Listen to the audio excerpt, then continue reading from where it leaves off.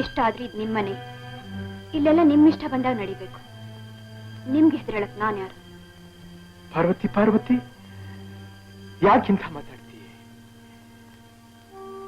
ಇದು ನನ್ನ ಮನೆ ಅಲ್ಲ ಕಣೆ, ನಮ್ಮ ಮನೆ.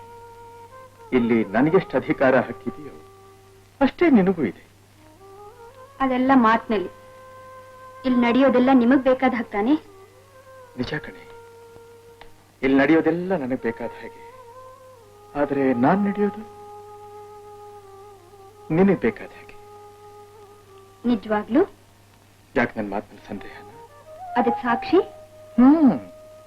ಸಾಕ್ಷಿ ಬೇರೆ ಕೇಳ್ತಾ ಇದ್ದೀಯ?